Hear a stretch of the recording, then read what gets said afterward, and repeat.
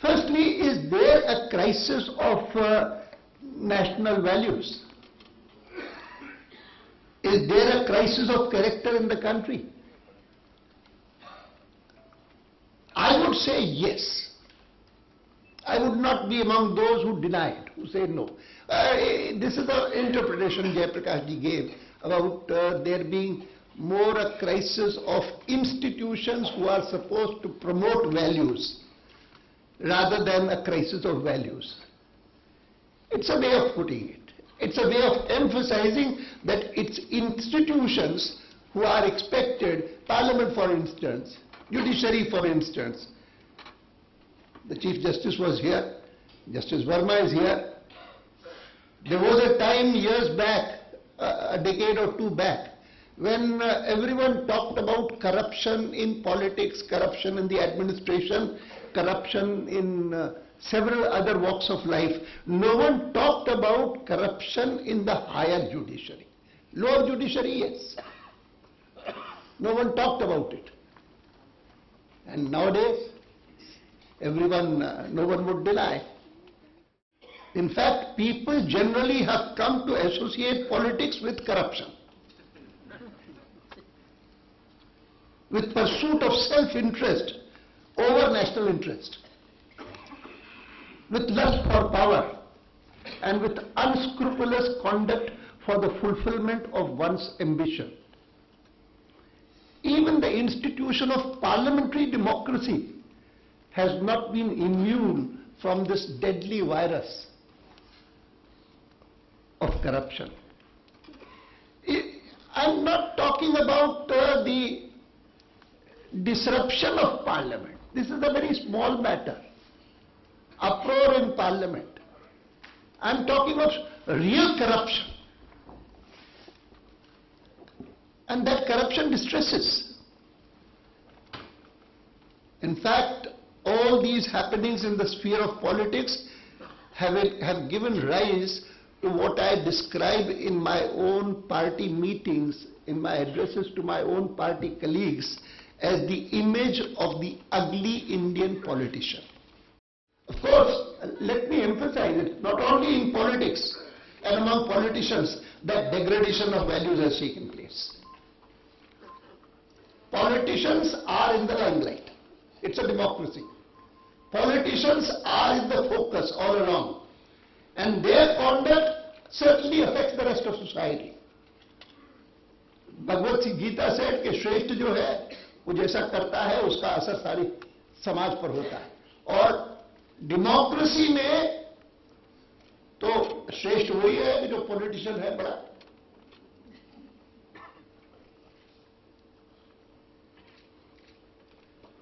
The truth of the matter is that there has been degradation of values in almost every other sphere of national life. Hardly anyone is free from that. The lack of integrity and professional ethics is seen among lawyers, judges, doctors, teachers, bankers, share market professionals, traders, businessmen, bureaucrats, and even security personnel. It is seen even in the media. They are there, which highlights corruption in politics and government. What was said by Jayaprakash Narayan earlier, what is important is not right, it's what's saleable. That's what you said. The importance is not what is seen on the television, how good it is for society, or how what is the impact of it on society, good or bad, but does it add to our TRP?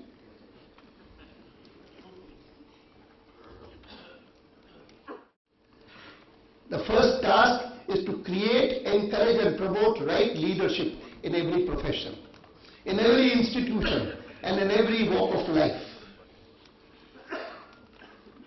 The crisis of character is indeed a crisis of leadership. We need new leaders, and potentially good leaders exist in our country, mostly among our youth. They have to be spotted, encouraged, groomed, guided and pushed to the top. The second thought I wish to share is something I have mentioned in my speeches and writings. It is a saying from Mahatma Gandhi which conveys the right message to every citizen irrespective of his calling in life. He described the 7 social sins, and very well put, very briefly put, but very well put, summing up the whole thing. Politics without principles is the first on his list. Politics in which there are no principles is the first social sin. The second is commerce without morality. The third is wealth without work. The fourth is education without character. The fifth is science without humanity. The sixth is pleasure without conscience. And the seventh is worship without sacrifice. A third thought I have often expressed in my interactions with my party colleagues is that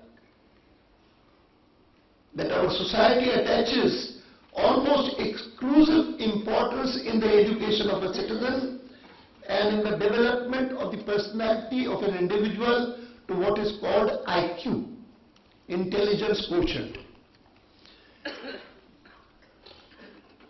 IQ is no doubt important, but equally important is emotional quotient.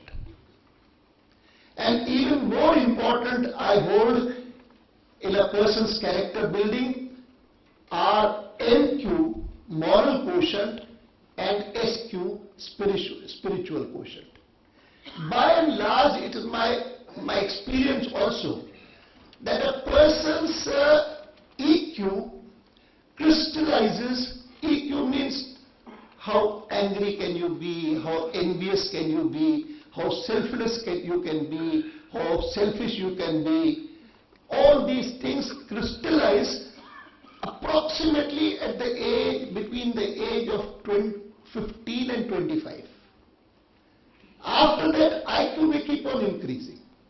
But by and large, your EQ as also your MQ and SQ are formed in that period. Of course, radical changes happening in your life do affect.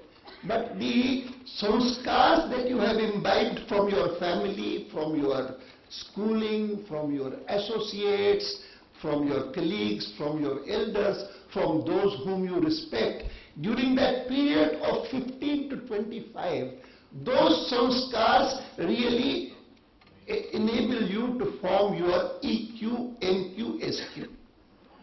IQ keeps on increasing.